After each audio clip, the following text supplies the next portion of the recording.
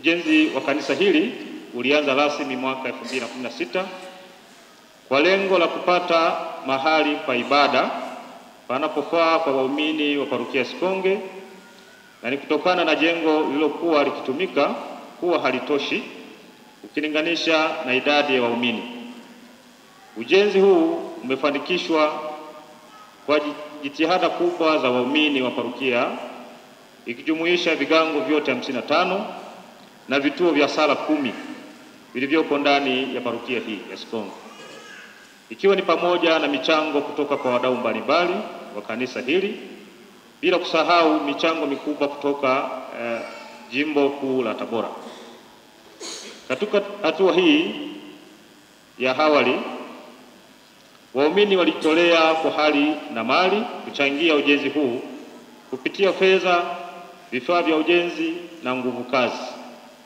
Mshikamano na upendo wa waumini umewezesha kufanikisha hatua hii muhimu chini ya uongozi mzuri wa baba zetu wa kiroho kutoka jimboni na hapa parokiani.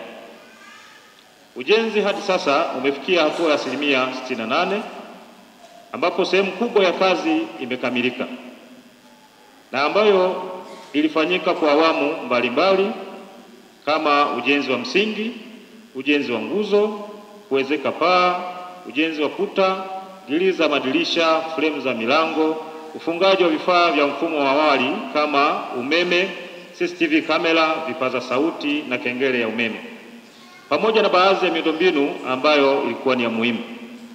Hata hivyo, bado tunahitaji kukamilisha baadhi ya maeneo kama ukamilishaji wa altare, kuweka sakafu, madirisha, milango, picha za watakatifu, viti, mfumo wa taa, kamera, vipaza sauti, kuweka lipu na kupaka rangi, ili kuhakikisha kanisa linakamilika na linaweza kutumika kikamilifu kwa ibada na huduma za kiroho.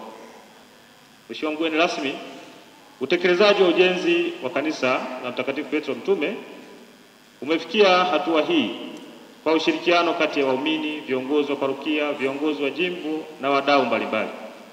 Baada ya kukamilika usanifu wa jengo hili pamoja na maandalizi ya ramani, ujenzi ulitekelezwa kwa awamu mbalimbali kama ifuatavyo.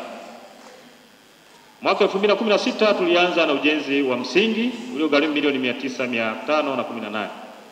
Kufuatia awamu ya pili ujenzi wa nguzo, slabu na minara mwaka 2017 mpaka 19 iliyogharimu milioni 172.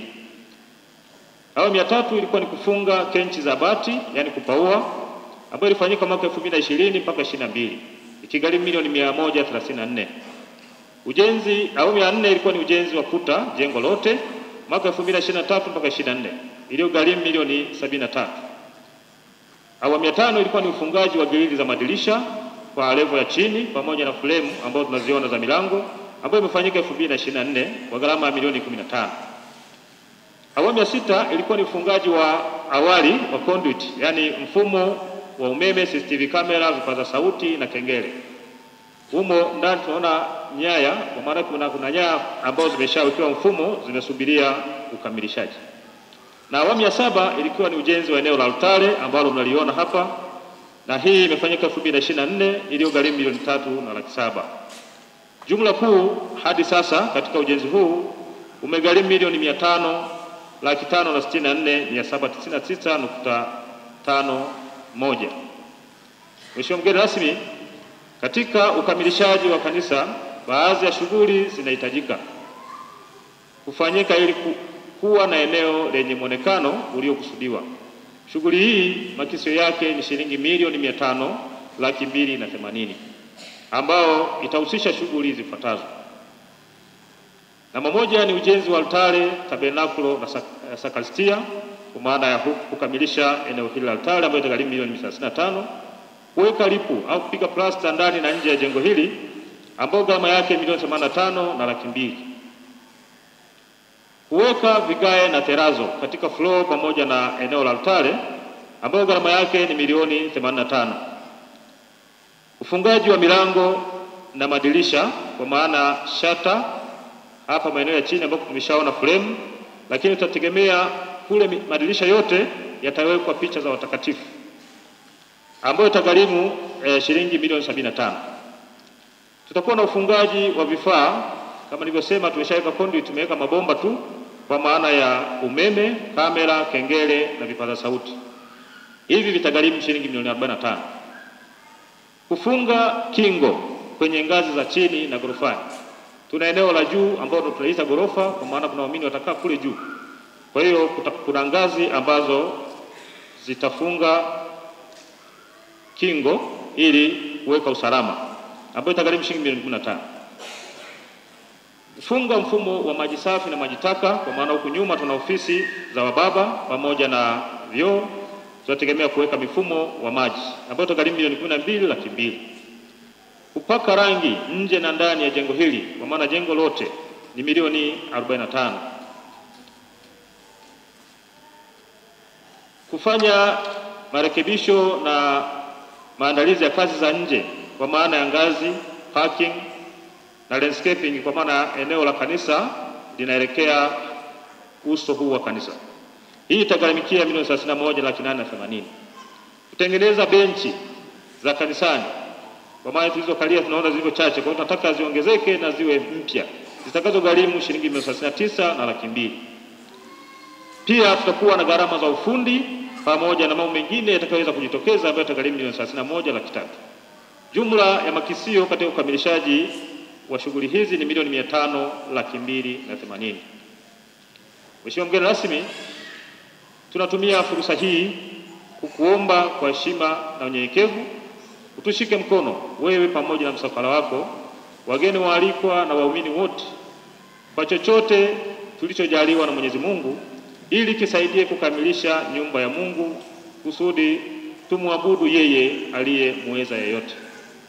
Tunaposhukuru Mungu kwa baraka zake, tunapenda pia kushukuru kwa dhati waumini wote, wahisani na viongozi wote wa kanisa waliojitokeza na kushiriki kwa hali na mali.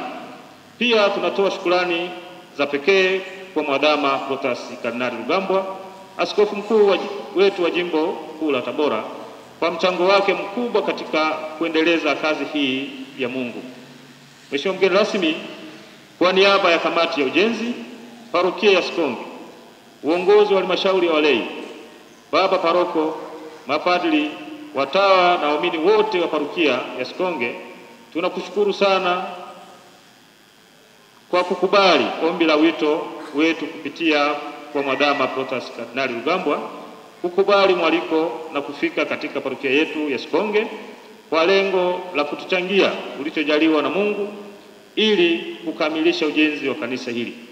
Ujio wako ni tumaini jipya kwetu katika safari ya kufikia malengo. Tunawashukuru viongozi wote ulioambatana nao, viongozi wa dini na serikali mliofika, viongozi wa vyama mbalimbali katika tukio hili muhimu la kihistoria katika parokia yetu ya Sikonge. Tunasema asanteni sana na Mungu awabariki sana. Kanisa jipya Sikonge. Tumsifu Yesu Kristo. Taarifa hii imeandaliwa na kamati ya ujenzi na kusoma kwenu na Engineer Gilles Method Kaseru ambaye ni mwenyekiti wa ujenzi. Tumsifu Yesu Kristo.